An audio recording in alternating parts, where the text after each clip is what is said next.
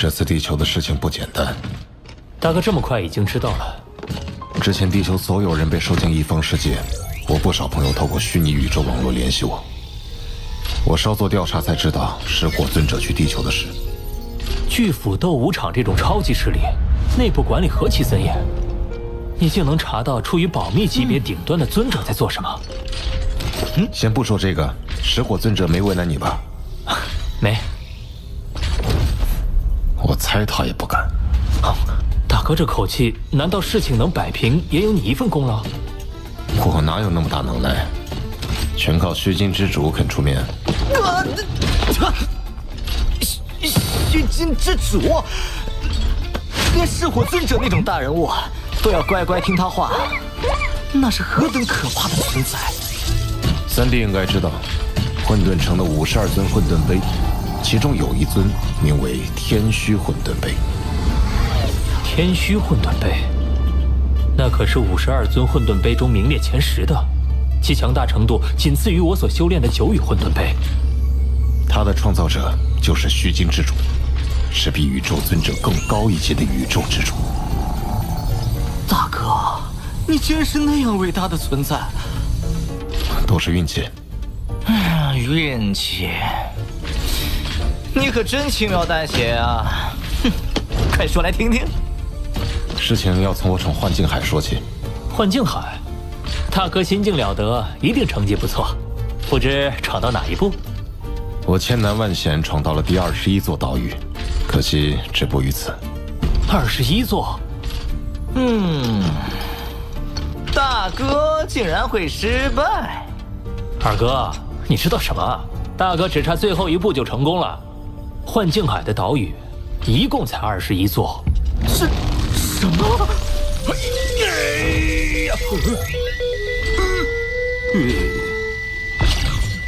越往后，意识威压就越可怕。从第10座开始，就是不朽神灵的意识威压，到第21座，更是宇宙尊者级的威压。我当年才闯过9座，而大哥竟能连闯20座，实在是牛啊！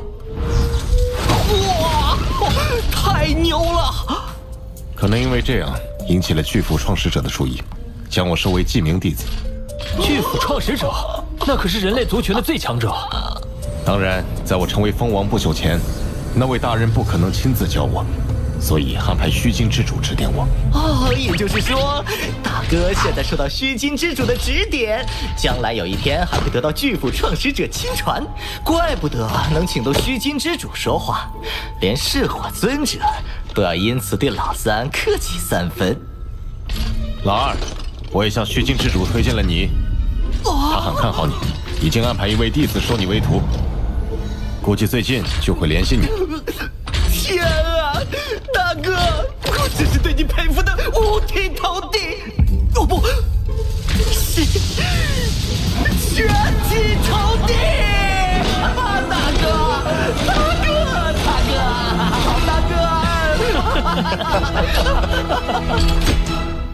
太好了，大哥、二哥都各自拥有了大好机缘，一起加油！那大哥，巨斧斗武场那群宇宙尊者，一个个都想买地球，又是怎么回事？这正是我找你们要说的。我的心境实属罕见，老三又被认定为绝世天才，这种同一生命星球、同一时代接连产生天才的巧合，让巨斧创始者意识到地球或许有些特殊。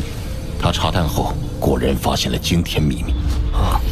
他发现，地球在亿万年前就被一位异族大能改造过，连带周围上千光年都得到奇特影响，使地球上孕育的生命灵魂能得到特殊进化，心境感悟更高于常人。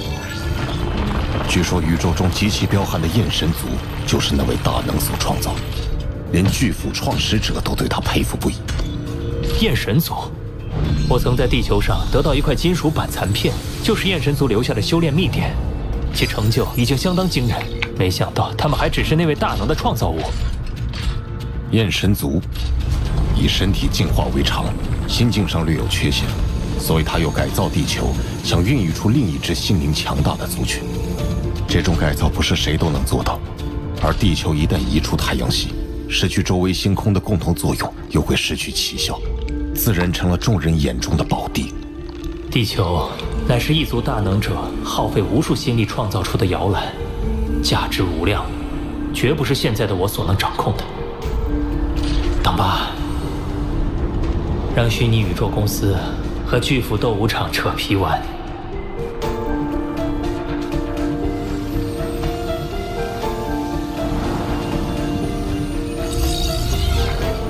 罗峰，是九剑尊者，来得好快。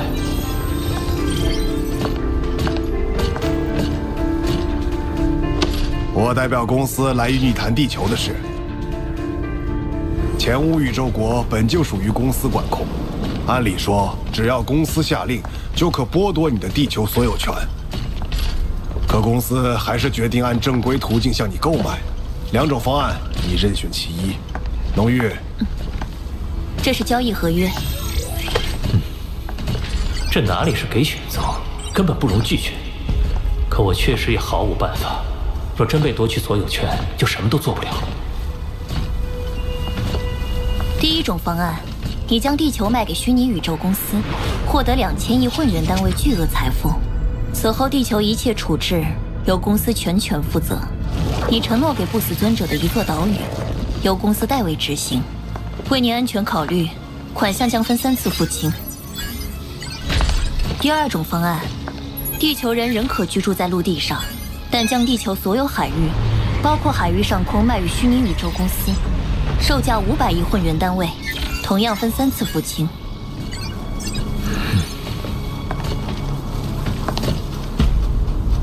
你选哪一种？你必须选择其中一种。第二种。第二种，这可是1500亿混元单位的差价，足以让宇宙中无数强者为之疯狂。你真不再考虑一下？家乡。不到没有任何办法，我绝不愿让无数同胞背井离乡。这样一笔财富，就算是我都会心疼，而你为了家乡，竟这么随意舍弃，令人钦佩。签字吧。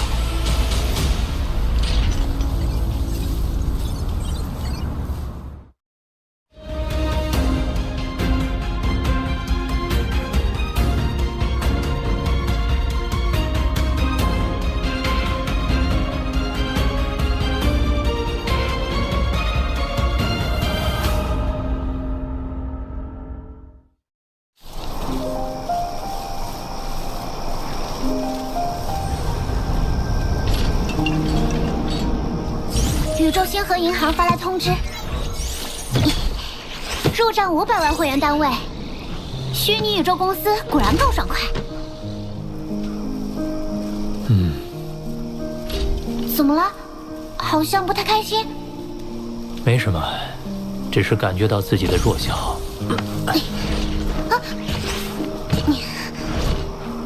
面对巨斧斗武场、虚拟宇宙公司，就算是面对石火尊者、九剑尊者，乃至眼烛王，我都没一点反抗之力。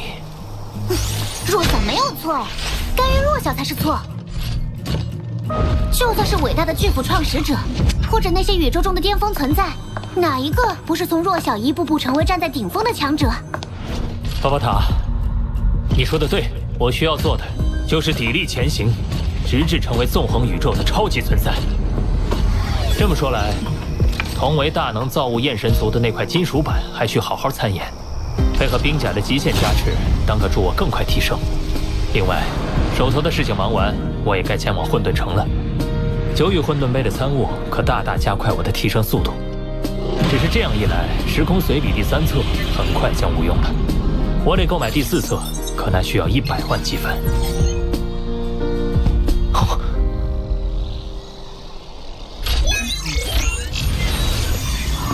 连环任务，前一环任务完成度得达到80%，才能继续下一环。要求高，收益也高。你看4环基本积分，加上最后的附加积分，最高能拿到200万。第1环任务，惩罚奴隶贸易组织，火凤组织的18位董事。任务全程只能由你一人动手，还得给虚拟宇宙公司同步直播。火凤组织。他们不仅圈养迫害奴隶，还为权贵掳掠宇宙公民，满足权贵的各种畸形虐杀癖好。这些人渣仗着家族势力为所欲为，腐烂至此。要是我罗家有这种人，我绝不姑息。这次任务你拥有高度自主权，火凤组18位董事的性命及他们管辖的众多奴隶的未来，皆系于你一念之间。但因为没有明确的任务判定标准，想达到80%的任务完成度，或许并不容易。这第一环任务须得谨慎些。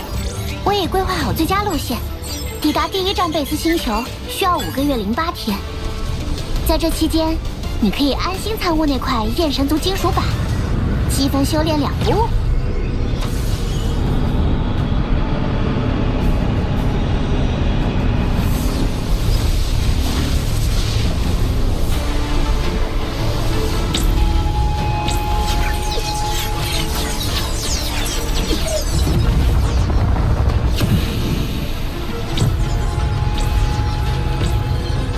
在宇宙中，身体基因的进化跃迁至借助级便会停止，而这残缺的秘典竟能超越宇宙规则，使我的身体自成一个内宇宙，推动身体基因不断进化。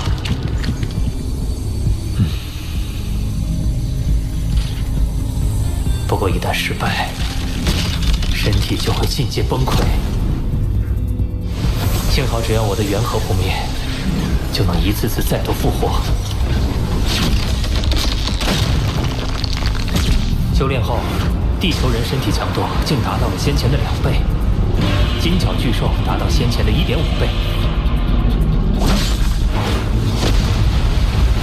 只可惜，搜遍地球也没再找到第2块技术板。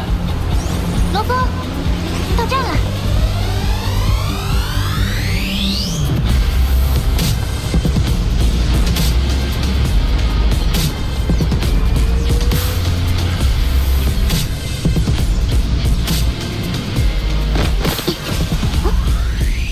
这就是贝斯星球。已开启虚拟宇宙网络同步传送，你所做一切都将被观察记录。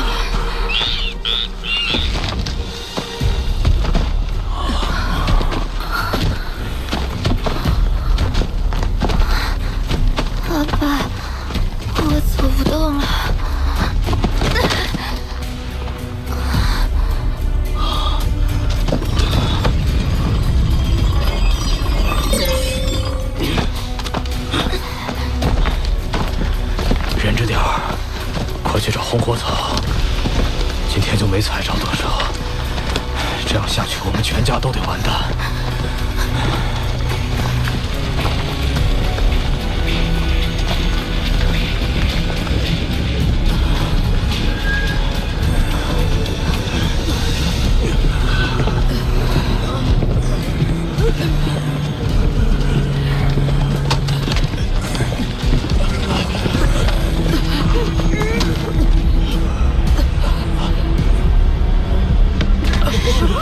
是魔神！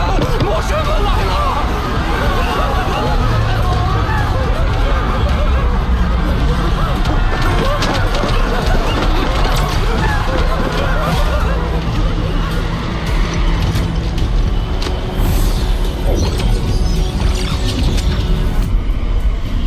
嘘。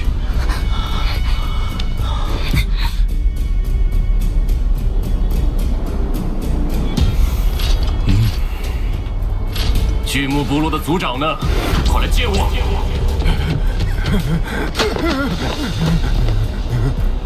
巨木部落你们去年上交给克拉奇大人的红火草还差3成，需用部落3成人口来抵，都准备好了吗？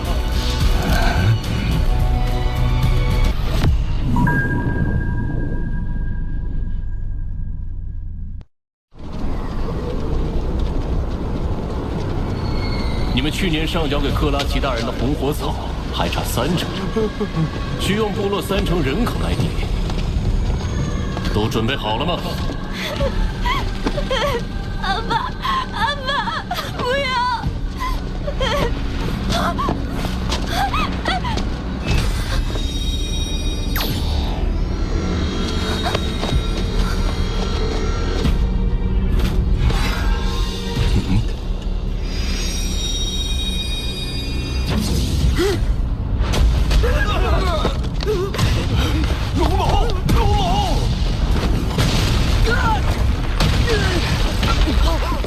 竟然还藏了个行星级，诞生行星级，我们必须带走。大人，龙龙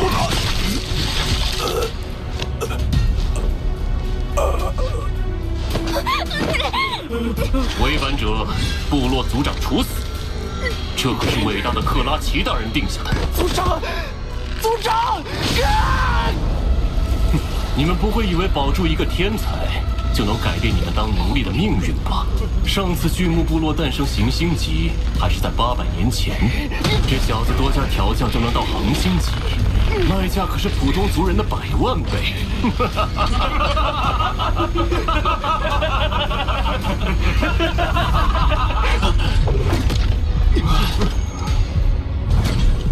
我们是火凤族成员，不知2位大人来贝斯星球有什么事？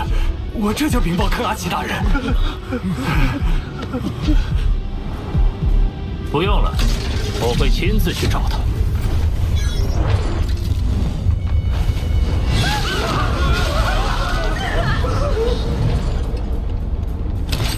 我宣判你们死刑。好。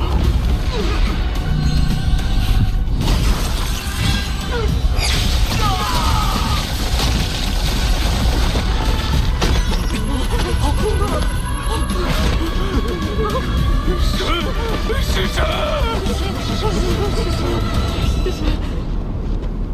宇宙中来一个强者，就被称之为神，神灵真不值钱。火凤族买下这颗星球后，原住民就成了他们的奴隶，且世世代代都是奴隶。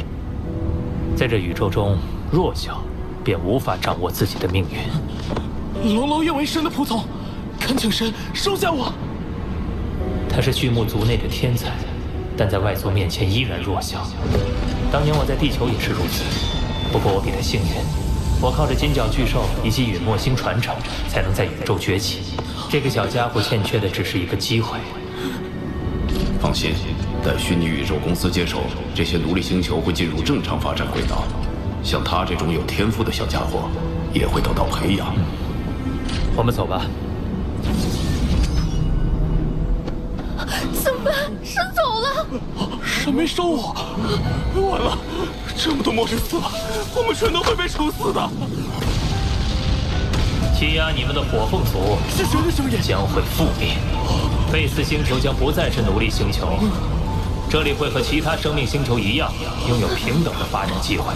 我们不用再当奴隶了。等待虚拟宇宙公司的人员到来吧。宇宙公司，那是什么？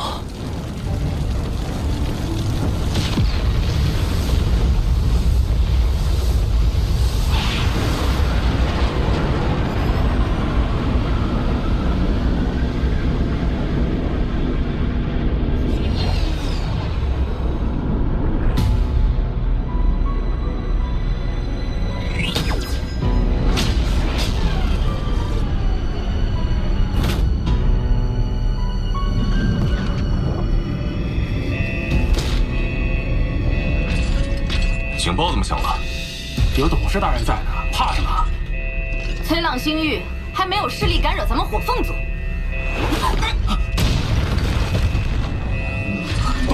董事大人，所有人乘坐各自飞船，立即离开贝斯星球。是。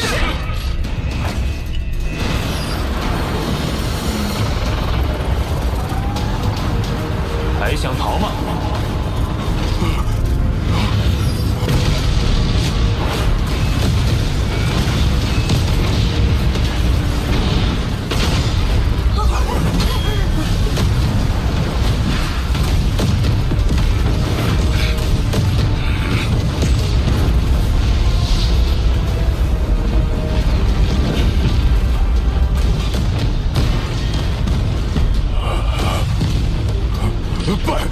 拜见不朽神灵！拜见不朽神灵！这家伙倒是有眼力。两位大人，我克拉奇是火凤组的一位董事，拥有火凤组5%的产业，与前无宇宙国贸易部门有诸多业务往来。你是指给七皇子提供了不少奴隶？我给七皇子的都是顶尖的好货，只要两位大人有兴趣，想要什么样的我都能给你们弄来。只要您二位愿意放我一马，我火凤组的产业都可全部奉上。3名域主级，101名宇宙级，49名恒星级，近5000名行星级。阿米塔、戴尔、费恩、克里夫斯、多克，我宣判，你们5人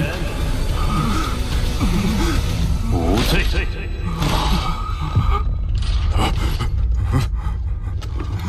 其他所有人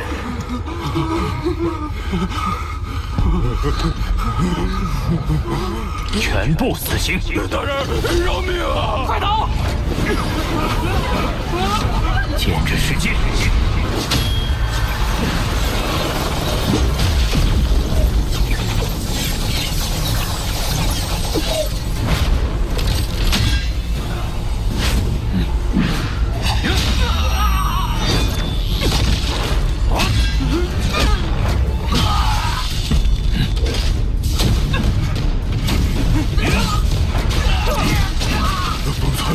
真正的疯子！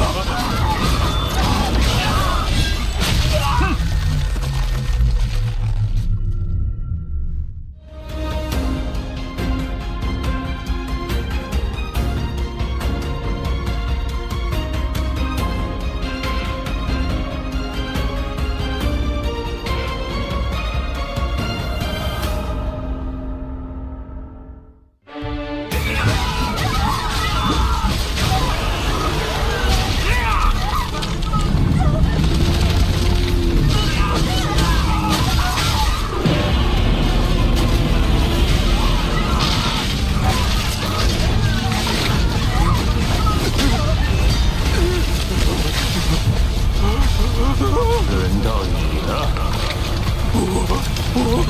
我不想死！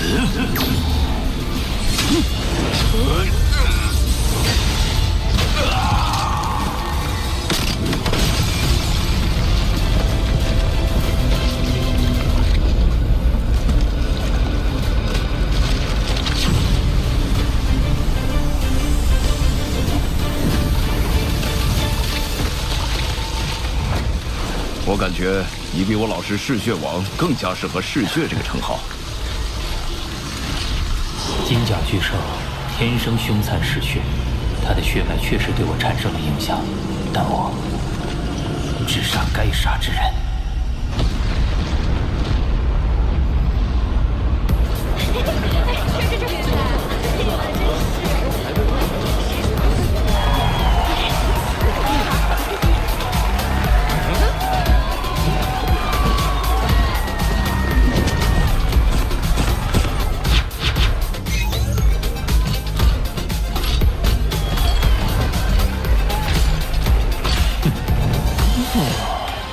哼。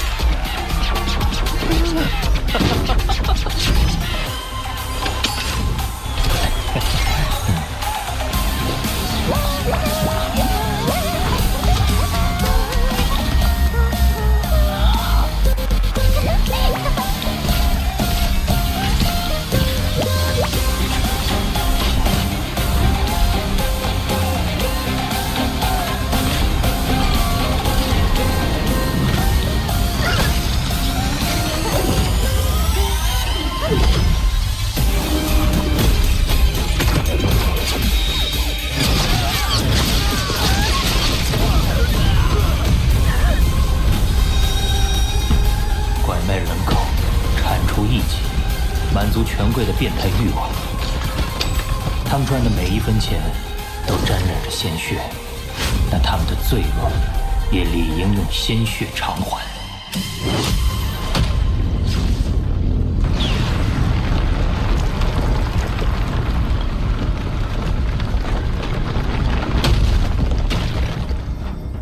已经解决了17个火凤族董事，就剩下他们的老大潘西了。这潘西倒是个传奇人物，奴隶出身，在被植入生物芯片前一天发起暴动，率领手下逃离奴隶星球，潜修数百年后，报复了当年的奴隶商，借其势力发家，建立了火凤族。如今已修炼至界主3阶，仍很少享乐，只是隐于小行星群苦修。我欣赏他的毅力。但他做事实在没有底线，明明奴隶出身，却放任手下残害奴隶。火凤族种种恶行，令亿万人类受难，无数家庭因他破碎。就由我来结束这一切。前方小行星全部经过改造，装载了诸多科技武器，堪称一个机械堡垒。就算推浪帝国的星际舰队过来，都会被横扫。这潘西够小心的，可惜他防不住我。这次审判可能不会像之前17次那么容易。哦，已探测到生命特征，潘西就在星图标示的贝恩小行星群第82号小行星。发现入侵者，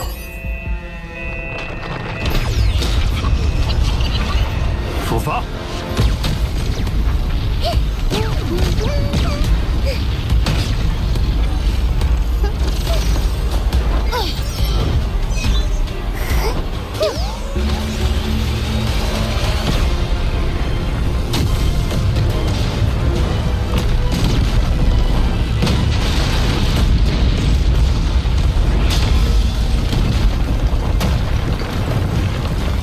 1.9级宇宙飞船，阿巴塔，撞坏它！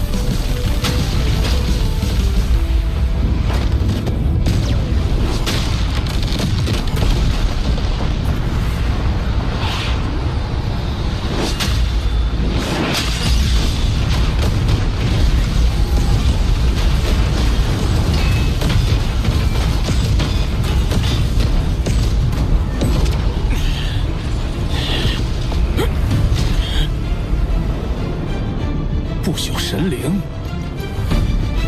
我似乎并不认识2位，这里面是不是有什么误会？误会？先发起攻击的好像是你吧？潘西，我叫罗峰，受虚拟宇宙公司之命，对你们火凤族进行审判。虚拟宇宙公司？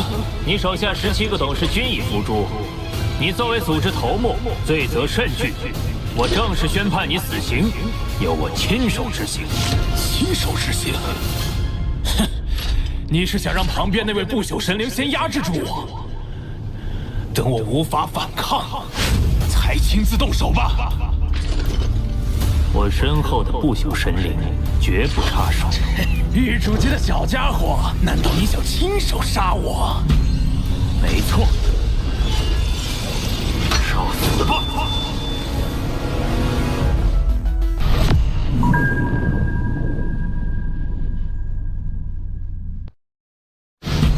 受死吧！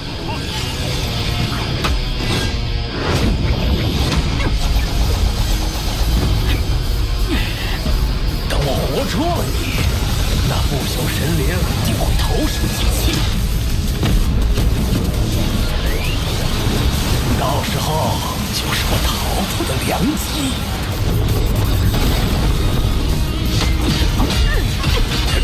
这个白痴还敢与我近战交手？看来我命不该绝。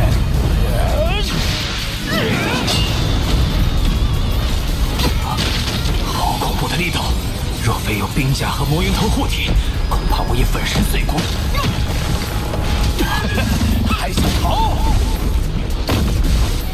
进入第6阶的噬心草，我之前浏览过它的资料，号称最坚韧的攻击性植物生命，稀有度完全不输魔云藤。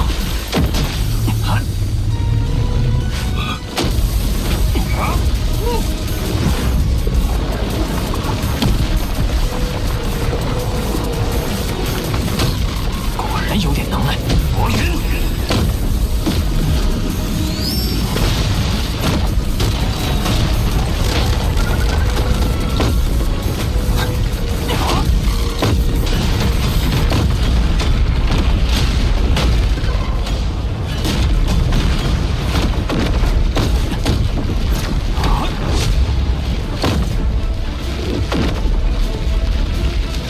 想逃，晚了！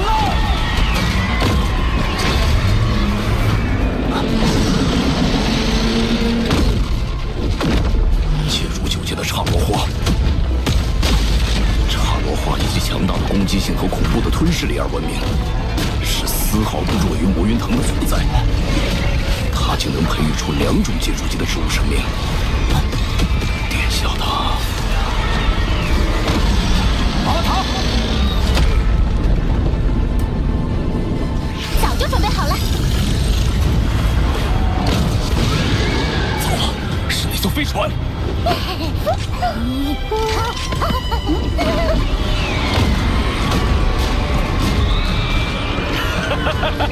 你的飞船更高级又如何？我的刹罗花可是界中之九。魔云，快让开！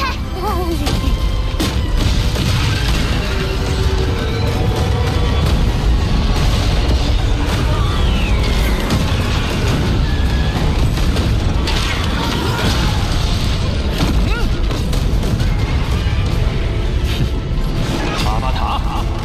什么？还有一艘？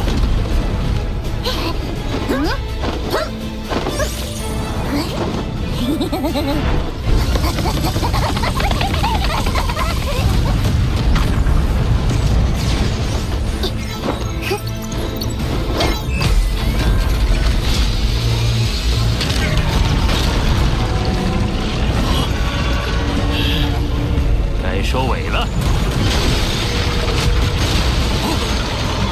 让你尝尝媲美不朽神灵的一击。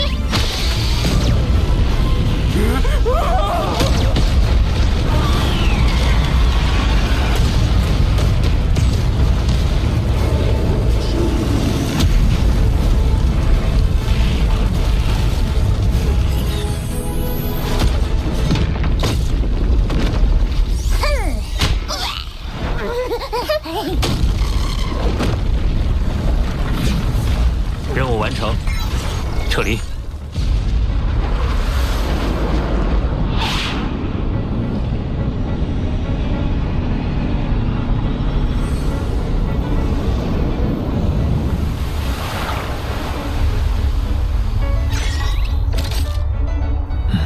潘西的这枚世界戒指似乎有着不寻常的气息，世界之力。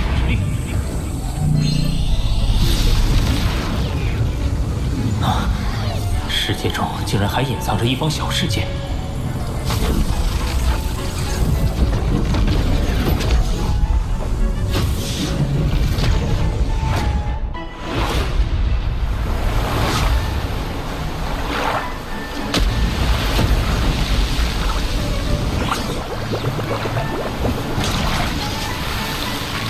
这是什么？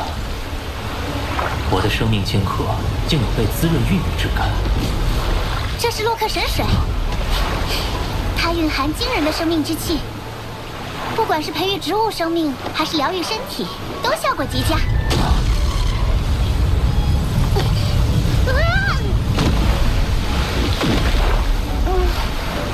池洛克神水足有712立方公里，如果按照市场价计算的话，就是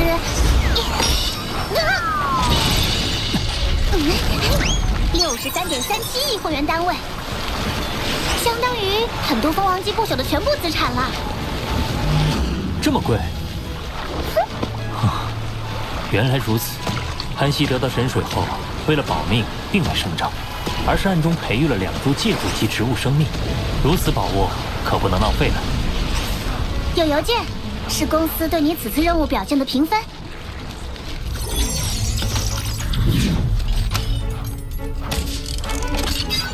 最高积分任务第1环已完成，经诸位成员评判，你的第1环任务最终完成度是82%，可以得到8.2万积分，并且有资格继续第2环任务。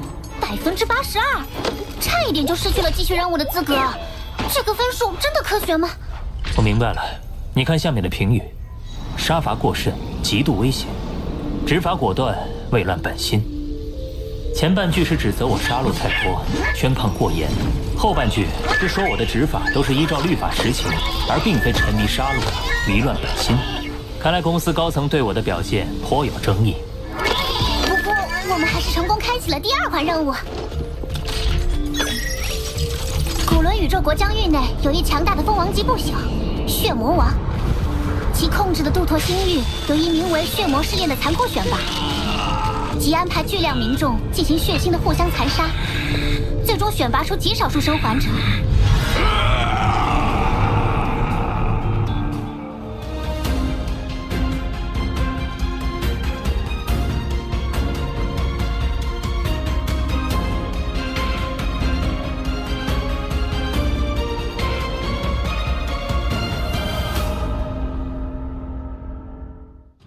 1个月后将有2处试炼场地，一是在梦崖星系，从100万恒星级中筛选出10人；二是在维里星系，从100亿行星级中筛选出100人。从上述2处试炼场地中选择1处，阻止血魔试炼，拯救试炼成员。任务过程中，请保持虚拟宇宙网络同步传送，以便公司给予任务完成度评判。难以想象，如果这种事发生在地球上，难道不可以2个星球都救下吗？2个星球所在位置相隔极远，想要在短时间内往来绝无可能。我想公司的目的就是让你做出选择，这也是任务的一部分。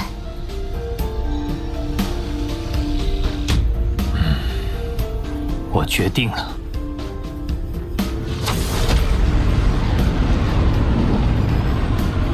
殿下，这片星域因为血魔王的压迫统治，成为恒星级极难。而行星级则与普通人无异，您为何最终选择就100亿行星级呢？我的家乡地球经历过一次次浩劫，我知道死亡是多么残酷的一件事。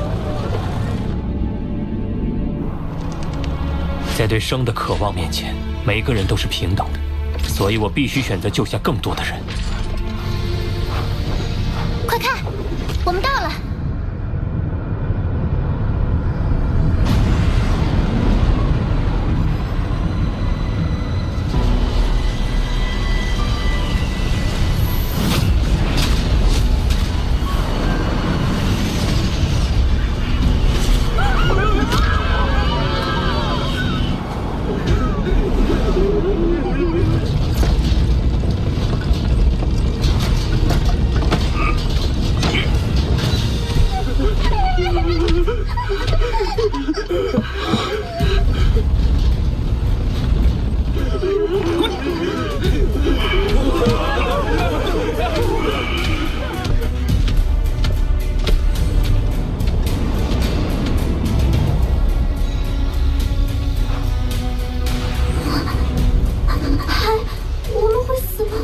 别怕，我一定会让你活下来，一定会。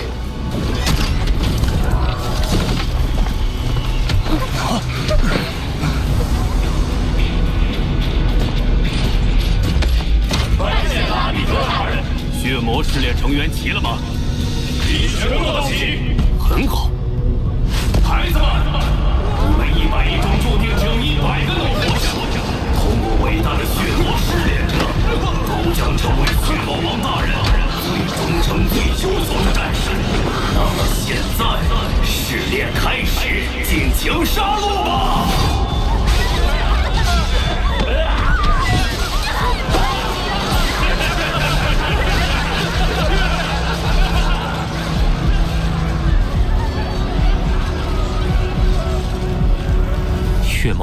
做是为什么？他是为了选拔便于培养的血魔战士，收为手下巩固实力，所以对试炼非常重视。这一次负责监管试炼的就是血魔王的心腹手下。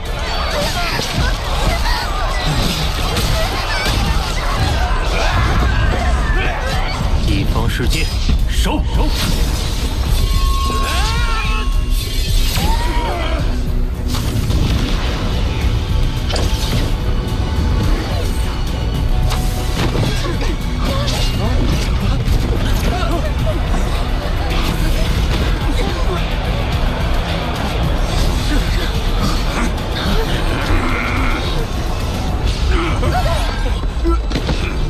所有人立刻停手！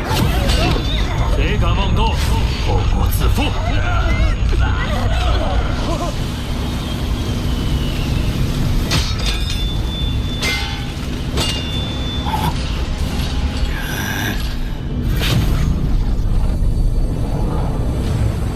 任务完成。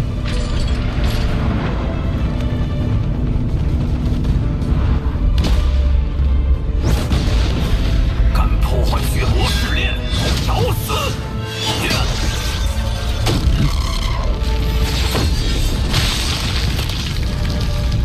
有洛克神水的助力，魔云头的再生速度更快了。束缚我兵器，小小玉主级，敢在我等界主级9阶面前造次！我够了吗？不朽神灵，你刚刚隐藏了气息，你们是谁？敢破坏我主人的事，先命偿吧！你那老祖宗血魔王虽然厉害，可和虚拟宇宙公司比起来，他什么都不是。血魔王若想选拔优秀的战士，大可以利用虚拟宇宙对战来完成，他却将亿万生命当作儿戏，简直丧心病狂！你懂什么？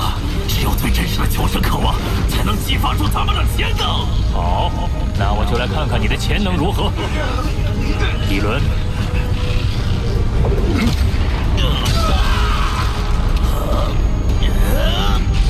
不！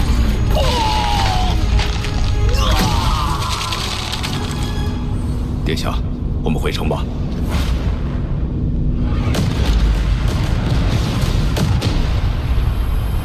诸位，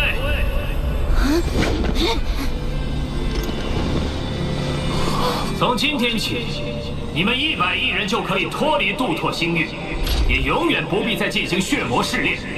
我会将你们转交给虚拟宇宙公司，公司会给予你们和平的生活，一个新的家园。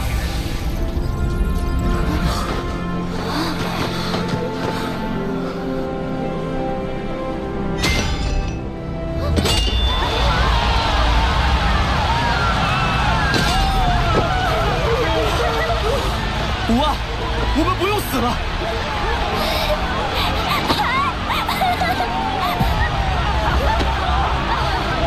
谢谢我是谁？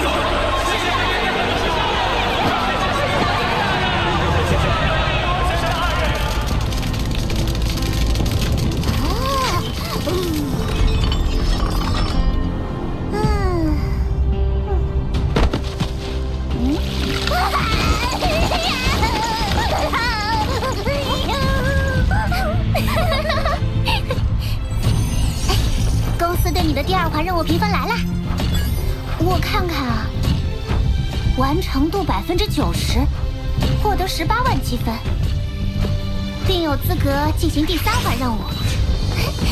快看看第3环任务是什么？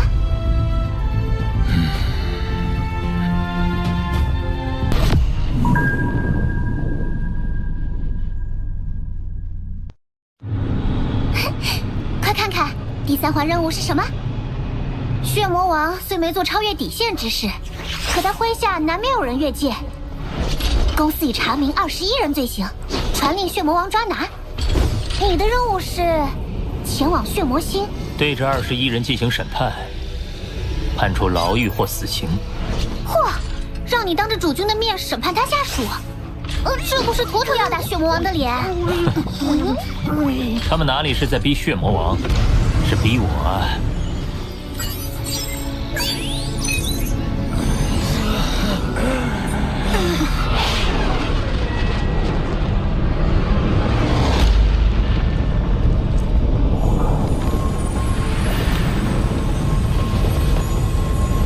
在下飞客，是公司派来协助罗峰殿下的。你应该已经知晓任务内容了。唉，公司命令，血魔王自然不敢违抗，但肯定憋了一肚子火。我去，怕是正好撞他枪口上。哈哈，放心，给他10个胆子，血魔王也绝对不敢动罗峰你一根手指头。现在不敢，可将来呢？那就看你自己的选择了。判轻点，血魔王自然记你一份情。哼，你倒是看戏不嫌事大，说得轻巧。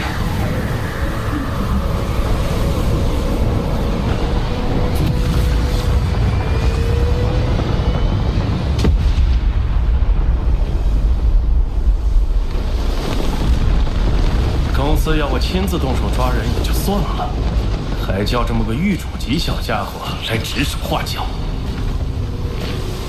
碍于我的身份，他此刻已明显收敛气息，可那霸道血腥之气仍暗流汹涌，令人无法忽视。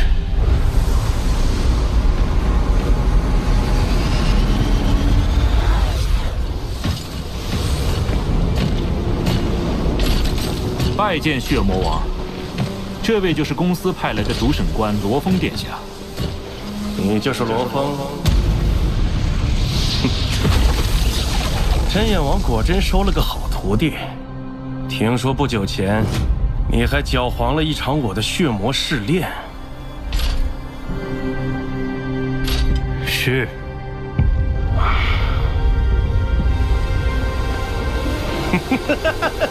不用解释，一次试炼而已，不算什么。他说的豪爽，恐怕心里未必这么想。多谢血魔王理解，我也是替公司办事。理解，当然理解。不过很多事情，你还是有决定权的嘛。那是当然，您那21位下属的生死，可全在罗峰殿下一念之间。这老家伙是故意要把我架在火上烤。别站着了，快随我进殿。我特意为你准备了接风宴。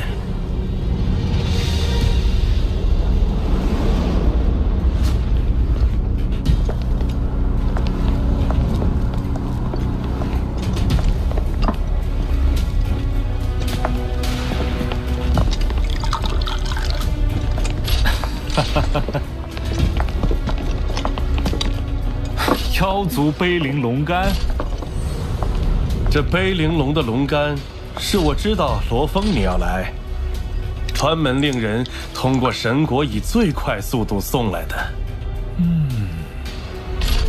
美味。火焰血灵芝，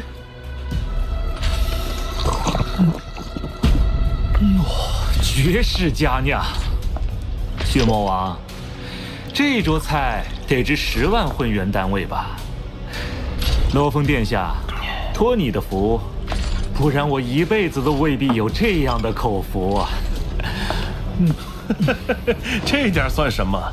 我一见罗峰就很是欢喜。罗峰，你也尝尝。这点儿，怕是连封侯级不朽神灵的全部身价都不足10万混元单位。血魔王这般自降身份，我要是再吃了这桌佳肴，一会儿可真不好中啊！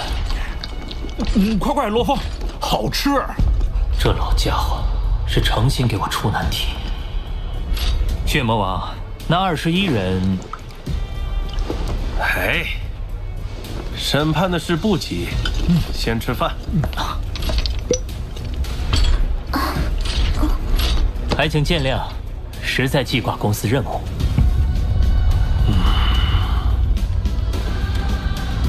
好，我也不勉强。来人，将那些废物押上来。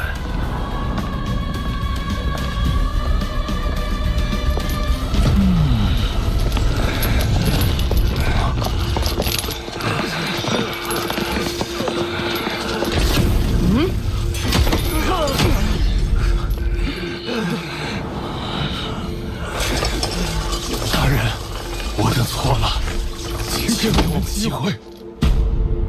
那2人周身散发法则气息，身上还被施了特殊的禁锢密纹，应当是那2名不朽。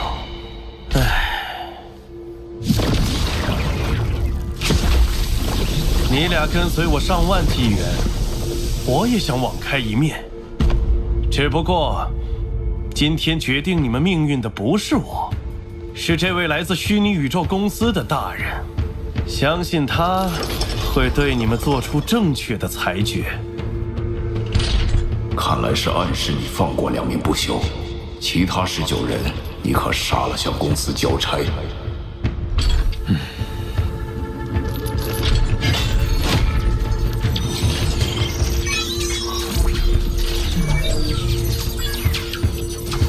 奥克菲，我判你死刑。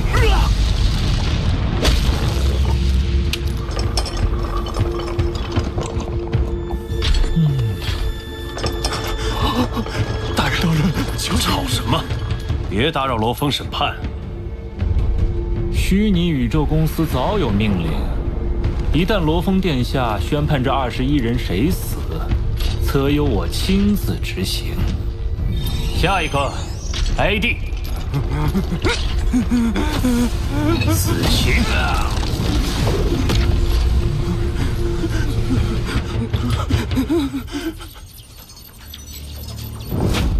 莫尔加，死刑；德拉库，死刑；死刑，死刑。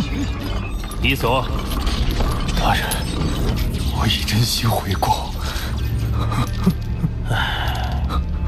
毕竟，每个不朽都诞生不易，是人类的宝贵财富。哦，我多言了，罗峰，你继续。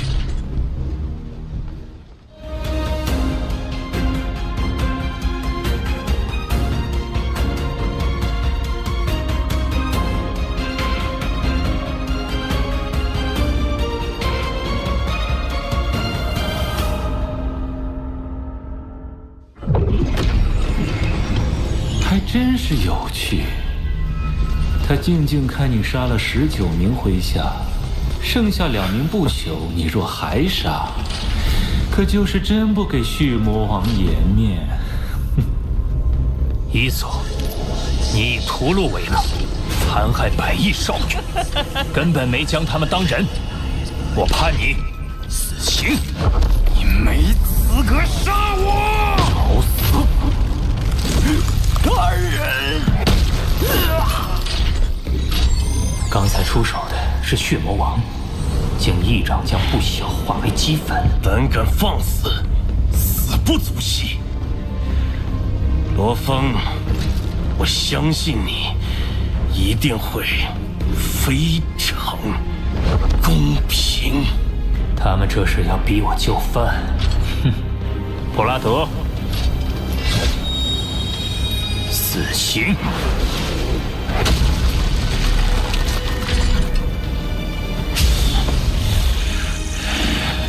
罗峰，你的判罚真是公平，很公平。事既已了，恕不奉陪。送客。罗峰把血魔王得罪得死死的。你还笑得出来？这般得罪他，我担心。做都做了，后悔也没什么用。有邮件，是任务评判。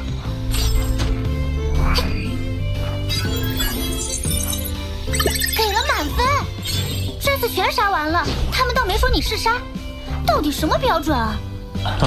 我大概能猜到，身在上位者选拔人才，能力心性固然重要，但最优先考虑的一定还是能否为己所用。就好比一件厉害的武器，也要趁手，能指哪打哪才是利器。哦，嘿嘿，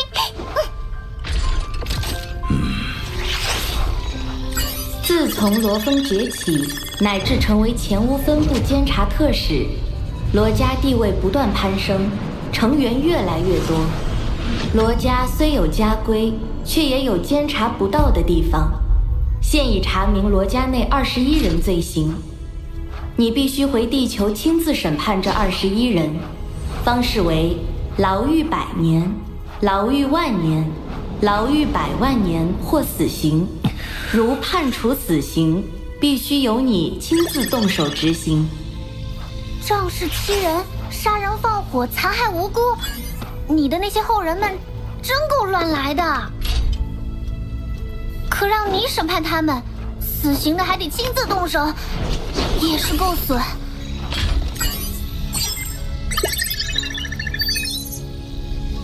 最后一个，竟然是父亲，牵强。我承认这21人中有人的确是死罪，可是我的父亲呢？我父亲整天玩虚拟游戏，竟然都被你们扯出一个罪名来。说你爸为壮大游戏公会肆意杀人，这可是很严重的指控。父亲真要照章办事，他不是死罪也得是牢狱万年。罗峰，该怎么办？竟让我弑父，公司够狠的！什么人，竟然敢擅闯我罗家府邸？罗彦成，奉家属令逮捕你。罗玉乾、罗玉荣，奉家主之命逮捕你。罗方琼，公司提供了完备的证据链，那20名子弟确实罪行累累，我无话可说。唯有父亲。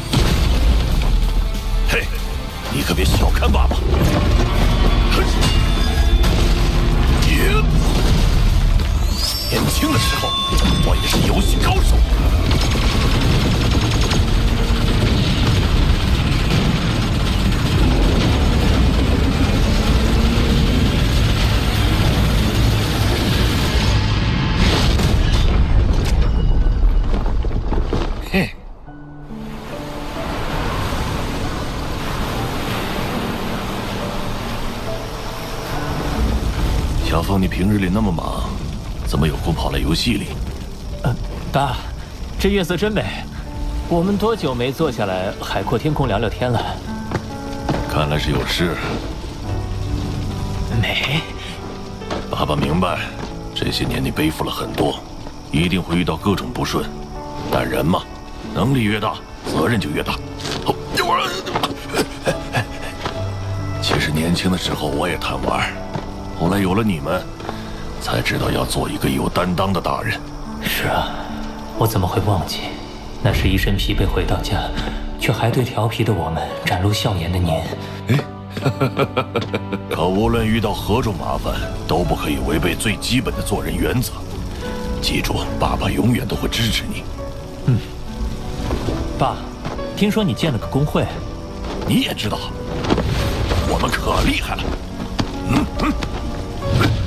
一群生死兄弟，大碗喝酒，大块吃肉，大刀砍怪，骑着魔兽在无尽冰雪世界飞行，100万大军拼杀，阵前斗将，太酷了！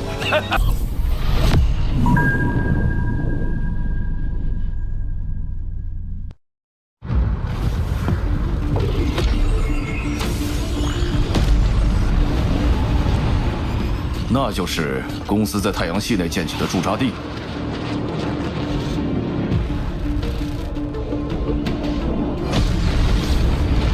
还不止，公司在地球海域内的殖民城也以星罗棋布建造起来。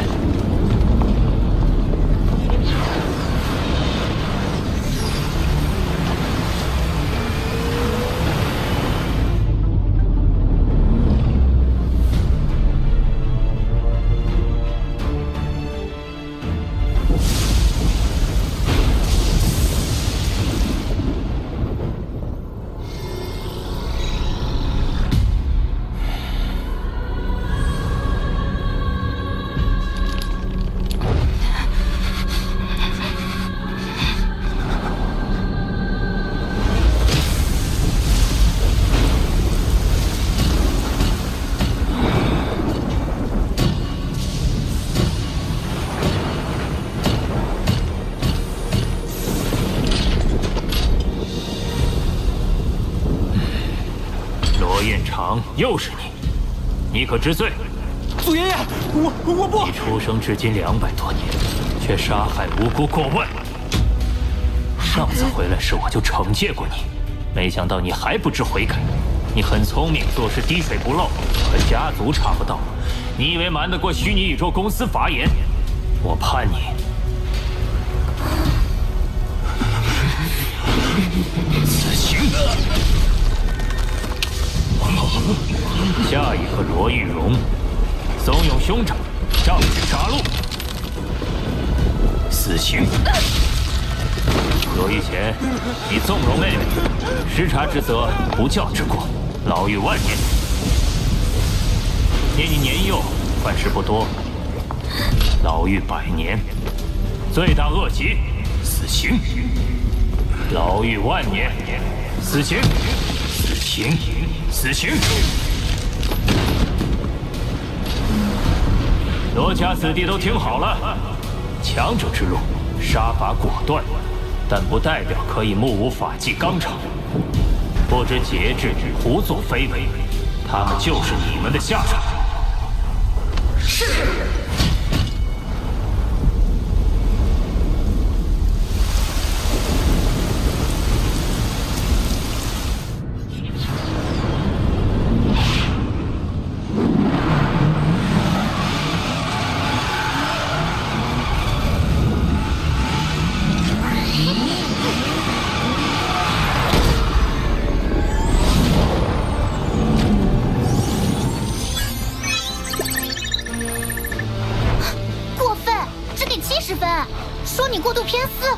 活于何时，父亲被人利用，全部知情。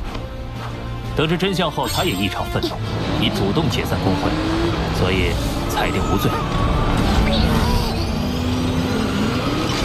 我这群本心做事，别人怎么评价无所谓。出发吧，前往混沌城。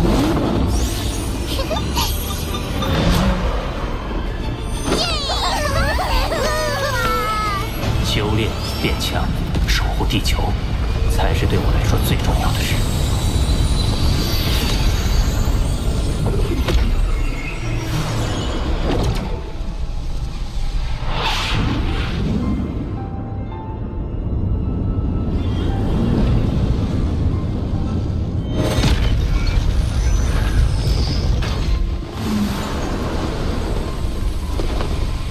如风殿下，混沌城安全无虞。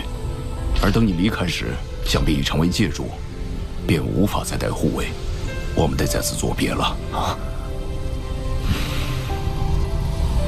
谢谢你这些年来的尽心守护。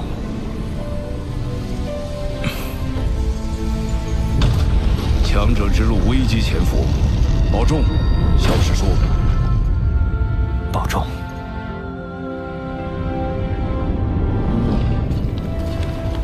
在混沌城这个修炼圣地，我的第一要务就是将人类身体突破至界主级。但要如何达成，还需老师指点。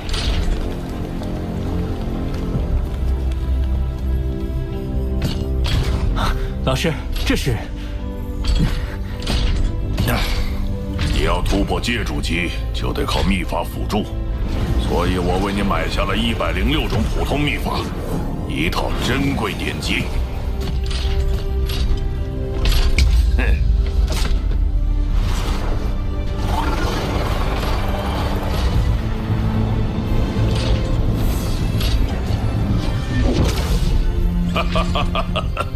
这珍贵典籍名为《兽神七杀》，记述了金之法则与空间法则的结合之法，非常适合你。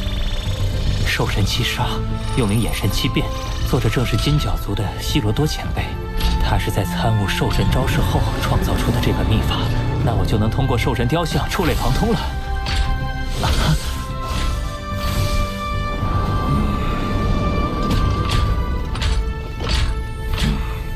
炼成前6层，宇宙之主以下无敌，而这一套记述了前3层内容，炼成后可宇宙尊者以下无敌。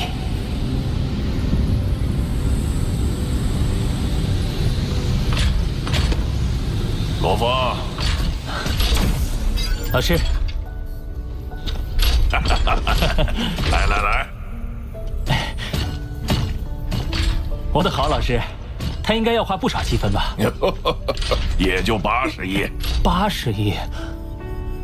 我先前完成的最高积分任务也才140多万积分。老师，这太贵重了。你好好努力，争取赶上老师，花这积分就花得值了。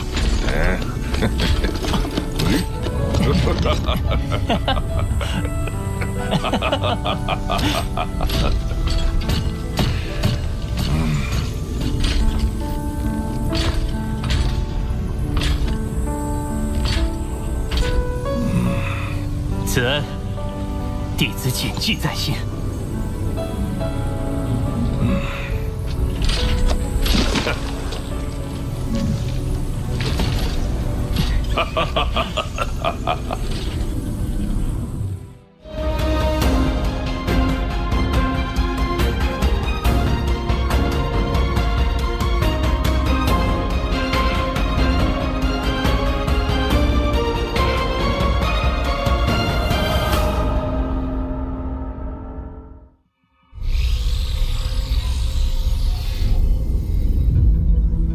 宇宙中共有10大本源法则，其中空间与时间为上等法则，其余8种为下等法则。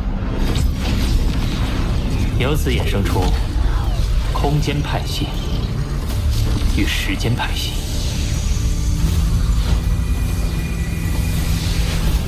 无论何种派系，都需要上等法则与下等法则融合，才能更进一步。我的方向正是金与空间融合之道，乌头本质方能融会贯通。得益于金角巨兽天赋，金之法则我已近乎乌头，而空间法则我仍需借助混沌杯。炼罗前辈花了3000年才悟透构成空间法则的108种玄妙，但我凭借优渥的修炼环境、兽神雕像的辅助，加上磨砂分身的同时参悟，三者结合下，修炼速度要快得多。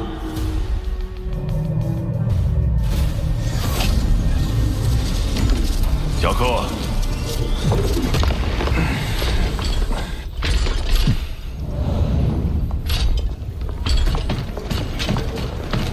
罗峰现在跟你一样，都是原始空域的域主成员了吧？那又如何？原始空域域主共11人，就他一个新人。我们老人至少都闯过了第10层通天桥，而他还没闯过第8层，实力差得远呢。那我很期待领教到前辈本领的那一天。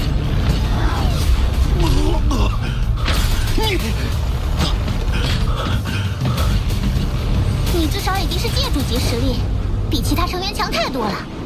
他们还以为你好欺负呢。哼！18年后，决定空域成员去向的域主级资格战就会开始，到时自然能给他们点教训。现在我距离悟透108种法则玄妙只差1步，而混沌杯参悟次数却已用尽。当务之急是闯通天桥，争得参悟机会。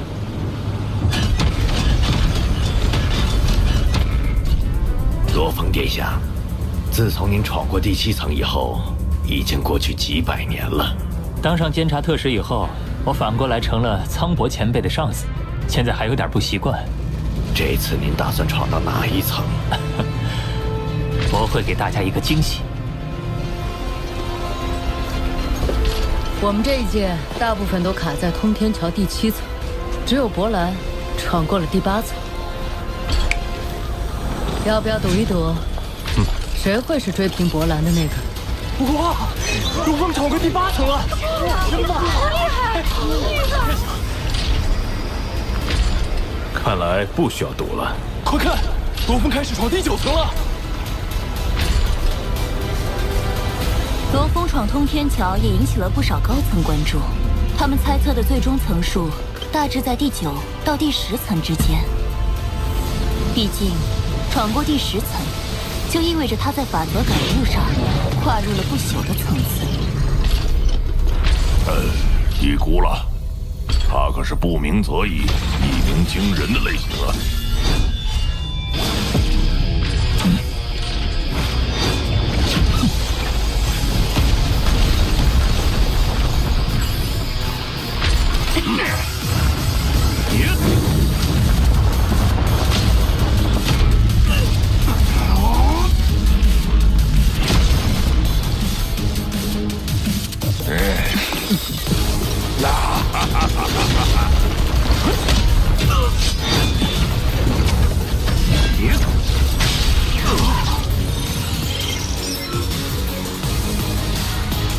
我们原始空域狱主都修炼数万年了，罗峰才几百年就追遍了我们最强成员的层数，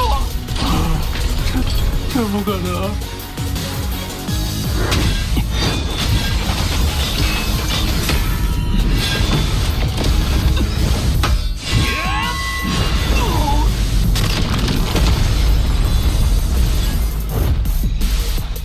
别看我也没想到他能闯这么远呢。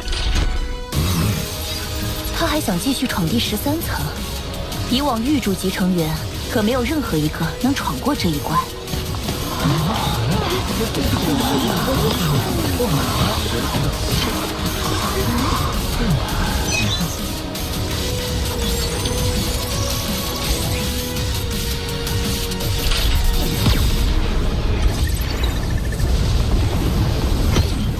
以狱主之躯闯至此处，实属不易。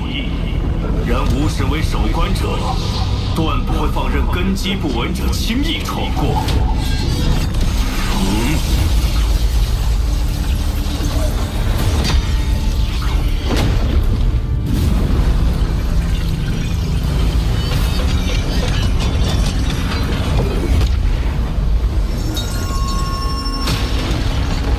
请接下吾之最强绝学——眼神冰第9重。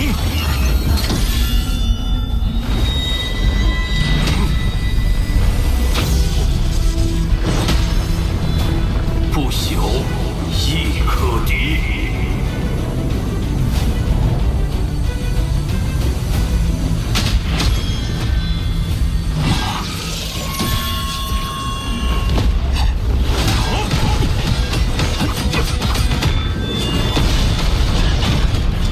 攻势飘忽冷厉，不愧为眼神兵的最强一招。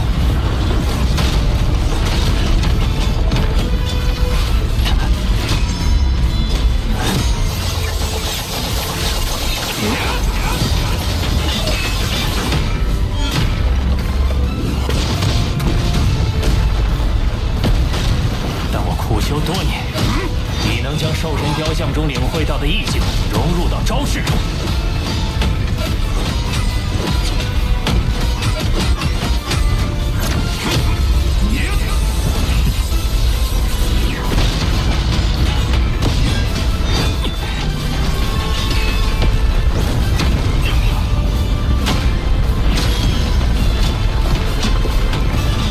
我第8重的极限威力